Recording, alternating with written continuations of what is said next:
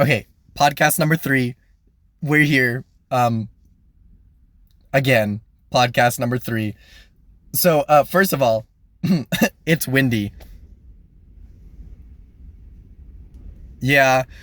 So I I'm doing this in kind of like the middle of the day this time instead of at night, so it's kind of hot. So if I roll up all the windows, then I'm gonna like die of getting hot.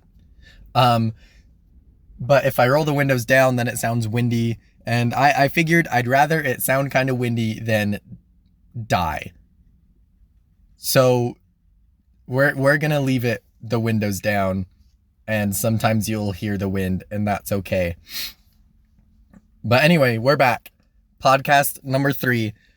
Today's story is it's the one that when I don't remember if I mentioned this in the first podcast, but I was telling a story to a bunch of people, and Chris mentioned again that I should start a podcast, and then everybody was like, yes, you should start a podcast, and you should definitely put this story in it. So that's the story that we're telling today. And it is the story of the backward love triangle, which I know sounds ridiculous, but trust me, by the end of this story, it's the only way to describe what happened. I have no idea how else to describe what this was, but backward love triangle is a good description. Anyway, so this takes place winter semester, which was just a little bit ago. And it was there were like 2 weeks left in the semester ish, roughly, kinda. Anyway, I was taking a class that was a social dance class that was kind of fun. But yeah, it was kind of fun. I liked it. It was good enough. But anyway, so there were these 2 girls specifically. And we're not using names. So one of them is M, the other one is A, is what we're going to call them, because I can't make up names because I know that I'll do it wrong. So we're just going with letters, M and A. I didn't really think much of either of them through the entire semester. I that sounds really mean, but I don't mean it to be mean. I just wasn't, paying particular attention to these girls. Anyway, but the first one, M, she comes up to me with about 2 weeks left in the semester, and she asks for my phone number, which I give to her because, I mean, why not? Even if I'm not totally interested, maybe I'll be interested later. And plus, it's just nice, and she was brave enough to ask for my phone number, so she may as well get it. Anyway, so she gets my phone number, and she texts me, and like the texting is okay, it's going all right, and I don't know how to describe it. She wasn't really flirty in the texts, but she was super super like intentional and like trying to get to know absolutely everything about me. And as we were texting, she sends me, well, she asks a question. She's like, hey, do you want to hang out next week? And I was sitting there with my roommate, and I was like, what does hang out mean? Is she trying to ask me out on a date? Because that's kind of what I expected to happen. But she very specifically said hang out and not date. And so I was confused. And my roommate was like, well, she said hang out, so treat it like a hangout. Don't treat it like a date. And I was like, okay. So I texted back, and I was like, sure. And she asked me what my schedule was. And so I sent her this text trying to explain what my schedule was. And since it was the last week of the semester, my schedule was very weird. Like, I had one thing at like 9 o'clock on this day, and then one thing at like 2 o'clock on this day, and then one thing in the evening on this day, and one thing in the morning on this day. So like really my schedule was super, super open. I had like maybe one thing to do per day, and those things also only lasted like an hour or two. So my schedule was super open, but it was never open at the same time, And so I sent her this text trying to explain all that, and it was it was a big long text because I was like, Monday blah blah blah blah, Tuesday blah blah blah blah. So I wouldn't be surprised if she just looked at that and said, wow, that's a long text, he must be busy, and then didn't read it. Because what she just sent me was, well, it seems like you're really busy, so maybe we should do something during spring break or after spring break. And I was like, oh, okay, sure. Which was kind of weird to me because I told her, I started the text with saying, I'm super open, I'm super free. And so I figured that would get the message across that I have plenty of time. But instead, she decided I was too busy to plan anything, and so that was kind of weird to me. I already wasn't interested, but the weird scheduling, and it was more than just that, but like the weird scheduling thing was not exactly making me more interested. But anyway, moving on. Thursday, the second to last week of the semester, we were doing our final like dance evaluations. So we were evaluating for the foxtrot and for swing. And this will be important later, I promise. We're gonna mention it and then move past it, and then it will be important later. So we were evaluating for foxtrot and for swing, and the way we did it was like the men got randomly assigned one of the dances, and then everybody got randomly assigned a partner. So like I was assigned to do swing, and then I got assigned this partner, and this girl, we're gonna call her B. So I was assigned to swing, and then my partner was B. And then so everybody like doing the foxtrot would do their foxtrot thing while everybody else was standing on the side, and we were just chatting, and then we'd switch and we'd go do our swing, and the foxtrot people would be on the side just like chatting, and we just kept switching on and off, you know? And so as we were off and not dancing, and I was talking to B, and I was like, wow, she's kind of cute, and she was also really fun to talk to. And then we were talking about majors, and she said she wanted to go into like sports physiology, and I asked her what she wanted to do with that, and like, why'd you choose sports physiology? You know, all the run-of-the-mill questions. And she went on to explain how there's like tons of things she can do with that major, and there's a lot of the jobs that she thinks would be really good, because she still wants to work, but she mainly wants to focus on like being a mom and being home for her kids. So she chose this major because it gave her a wide variety of options of things to do and still be able to put the majority of her time into being a mom. And that was super great. I loved that. I was like, okay, that's fantastic. And so after class was over, I decided to be brave, and I asked for her phone number, which went well, I think. And she gave me her phone number. All was good. I went home and I texted her, and she never texted me again. But that's okay. Anyway. So then Monday comes around, or Tuesday?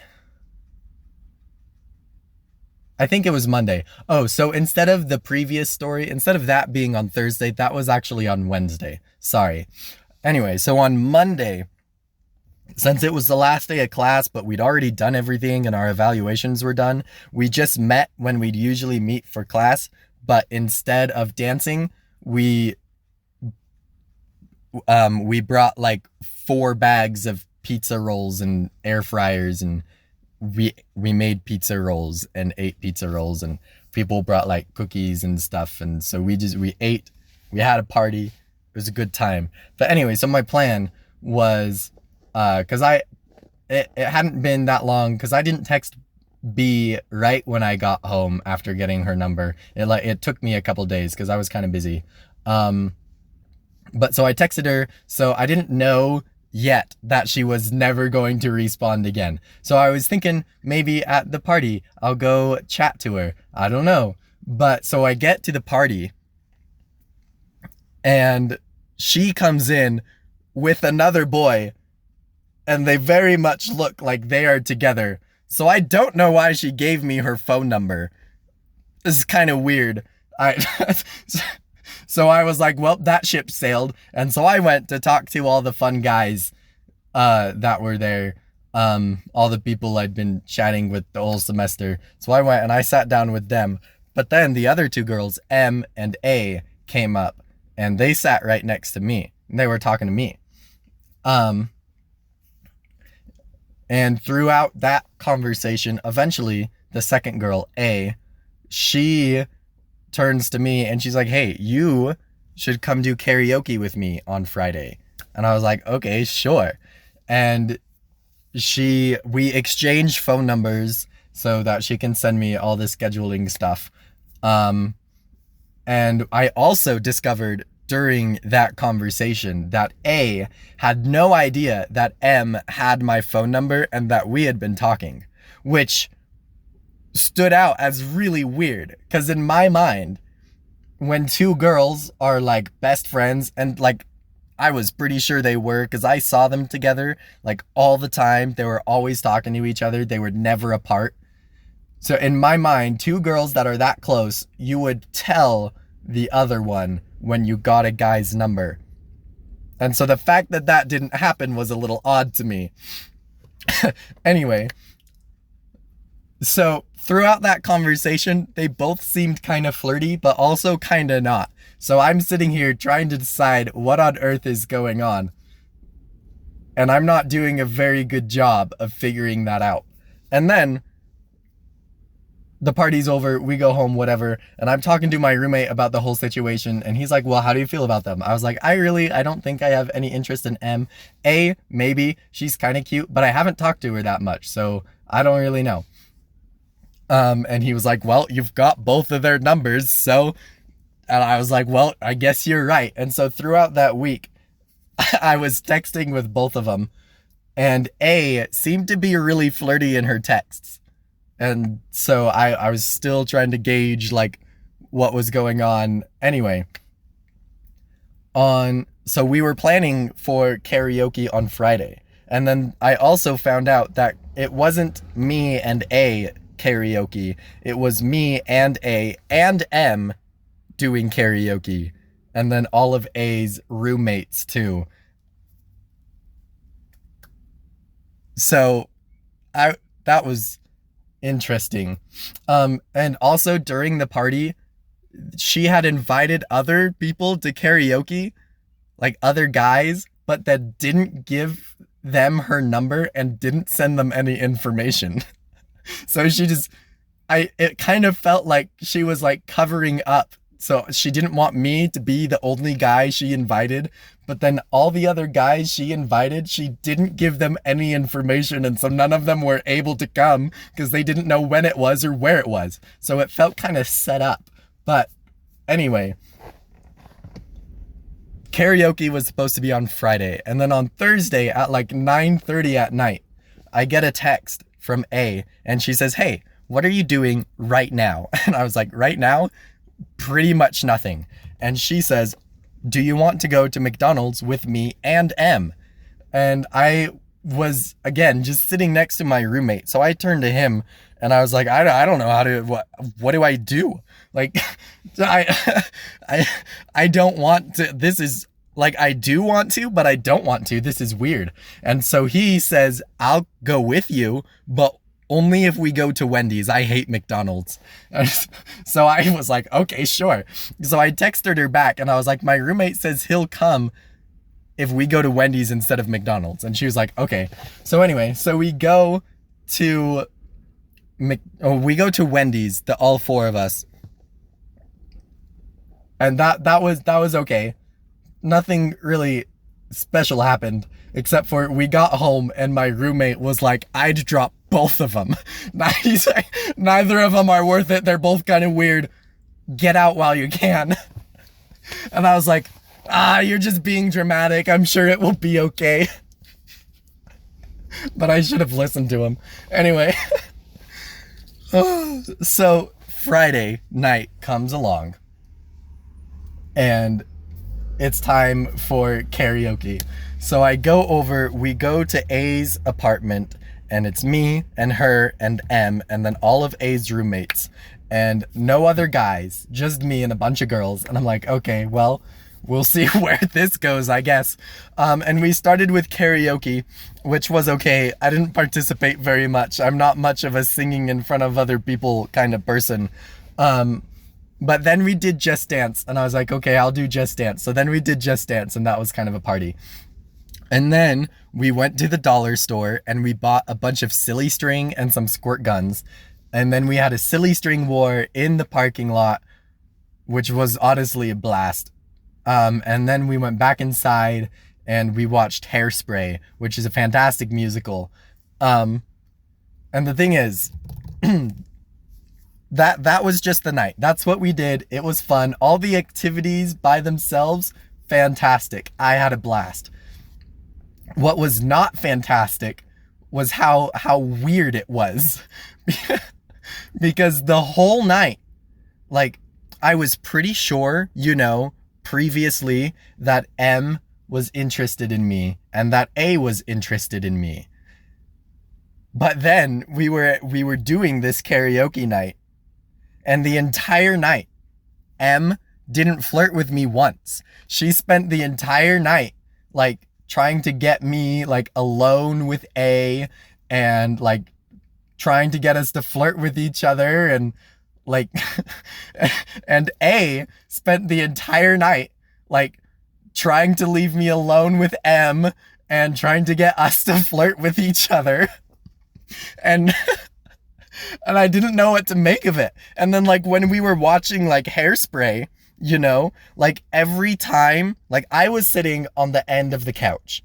And then every time that M sat down first, she would sit on the other side of the couch so that A would sit next to me. But every time that A sat down first, she would sit down on the other end so that M would be in the middle sitting next to me. And that went on the entire night. And and then I'm trying to think how do I continue this story? What happens next? Okay, so we're watching Hairspray, and all this is happening, and it's, like, super obvious that they're just trying to, like, be a wing woman for the other girl. And I suddenly realized that neither of them actually has any interest in me, but they both think that the other one does, and is spending all of their effort trying to set me up with their friend, not realizing that the friend has no interest in me whatsoever. And which is why I'm calling this the backward love triangle, because there was no interest going either way, and yet it was still a triangle was happening. And which is by far one of the weirdest things that's happened to me in my life. And then it gets worse. It gets worse. So we are watching Hairspray, and I'm sitting on the end of the couch, and then M is sitting next to me, and then A is sitting next to her, and then her roommate is sitting on the other end of the couch. So now there's 4 of us on the couch, okay? And I'm just on the end. I'm sitting next to M. And we still have the squirt guns. And M, I think, well, I don't know if it was her or somebody else. I don't remember. Somebody drops a squirt gun, and it goes, like, skidding across the floor. And M was like, man, like, I want to get up, but I don't want, like, I want to go get the squirt gun, but I don't want to get up. And then she turns to me and says, but if I get up, she's like, if I get up, then you and I will have to switch places so that you can sit next to A, so that she can flirt with you. And I was like, I don't know. I don't know about that. But she gets up, and I just end up switched. And so now I'm sitting between the two of them. So now M's on the end, and I'm there, and then A's on my other side, and then her roommate's on the end of the couch. And I'm feeling so awkward. I'm like, what are we doing? Why am I here? And then she turns and she's like, why did you guys switch? And M leans over and she says, we switched so that Jonathan would be next to you, so that you guys can flirt and you can kiss him. And and A, she says, ew, and then gets up and switch places with her roommate. So that now her roommate is sitting in between us. And first of all, ouch, that she just said ew, but whatever. Anyway, so that all happens, and I'm sitting there, confused as to why I'm still here. I should just get up and go home. This is really weird. But also, like, we're watching Hairspray, and that's a good movie, so I'm gonna keep watching the movie. But we were watching it on, I don't remember what streaming service, but so there were like ads throughout the movie. And one of them, an ad comes on that is just, it's about like diapers or something. So it's showing a bunch of kids, and A says, I hate kids. And I thought maybe that was a joke, but I'm like, that's kind of a weird joke to make, but whatever. Anyway, eventually the night gets over and I go home, and I didn't get home till like 2 a.m. almost, which is not like me at all. The latest I've been home this semester is like 10:30 maybe. I've always been home before 10:30. So I get in at like 2 a.m, and one of my roommates is sitting at the table, and he turns and he sees me come in and he says, Jonathan, at 2 a.m, where were you? And I was like, well, believe it or not, I was at a girl's house. And he was like, a girl? And I was like, actually 2 girls. And he was like, 2 girls? And then I said, no, you don't understand. It was bad. And I sat down and I started telling it to all of them. I'm telling all of it to him. And I was like, so basically it's just weird. And he's like, Jonathan, I'm sorry that happened, but also keep this in mind. Me and my fiance, she also did not like me when we first met. She didn't like me at all. She probably also said ew at the thought of kissing me, but now we're engaged. So moral of the story, you have a chance. I was like, okay, thanks, I'm gonna go to bed. And so I went to bed with that on my mind, like, okay, thanks. Now I just feel weird.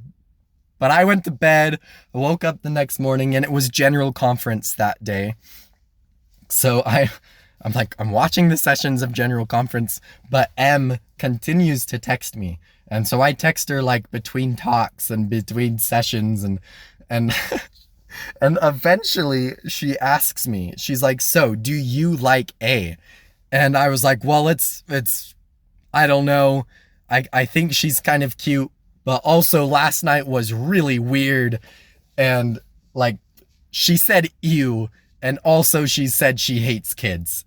So I don't think I don't think that's a good sign. And so M, she texts me, but she's like, well, I think she was joking, but I'm gonna make sure. And I was like, okay. So she texts me back a little while, and she's like, okay, so here's the deal. First of all, the I hate kids joke wasn't a joke. She really does hate children. She doesn't want anything to do with them and has no plans on having kids ever in her life. Second of all, ew has been her reaction to you since the beginning of the semester, and that's never changed. And I'm like, well, okay, cool. Thanks for making me feel good about myself. That really does it. Thank you. But she continues to text me and is like, but I'm rooting for you guys. I think you have a chance. And she's like, basically, A just is always dating just the worst people. So the fact that she's not interested in you means that you're a good person. So all we have to do is get her to realize that good people exist and you are one of them. And then you guys can get together and everything will be good. And I was like, I don't know. And so I was not very involved in this conversation. I was feeling really weird. But so we go through that whole thing, and I'm like, okay, this is odd, but whatever. And then after that session of conference was over, I I was just in this really weird headspace. I was like, what's going on? I don't understand. And my brain was doing all sorts of weird things because I'm like, on one hand, she hates my guts. She says ew when she thinks about me, and she hates children. On the other hand, she's kind of cute. Which do not even out, but for whatever reason, my brain was trying to make it work, and it was not working. And so finally, my roommate, he was looking at me. He's like, "Are you doing all right?" And I said, "No, I need to go take a nap." So I went into my room and I slept for the next 2 hours. And when I woke up, I felt way, way better about myself. I felt so good. That nap was just what I needed. And I was like, what am I doing? This is ridiculous. First of all, ew is not a good sign. So that enough should be good enough to move on. Second of all, children are super great and super important. And I thought back to the week previous when I had asked for B's number specifically because she said she really wants to be a mom. And so I was like, what am I doing? A week ago, I was like, this is the most important quality in a girl that I'm looking for. And now I'm trying to ignore a girl who hates that quality. Well, ignore the fact that she hates that quality. And so I was like, I'm being silly. This is ridiculous. And so I stopped texting both of them, and my life has been much less complicated since then. And that's the story of the backwards love triangle. There was no interest going either way, and yet both of them were still trying to wing woman for the other girl without realizing that the other girl had no interest in me whatsoever. So, yeah, cool story. And that's the one that I think finally convinced me to start podcast, which is why I thought we'd start with it. So yeah, there you go. Bye.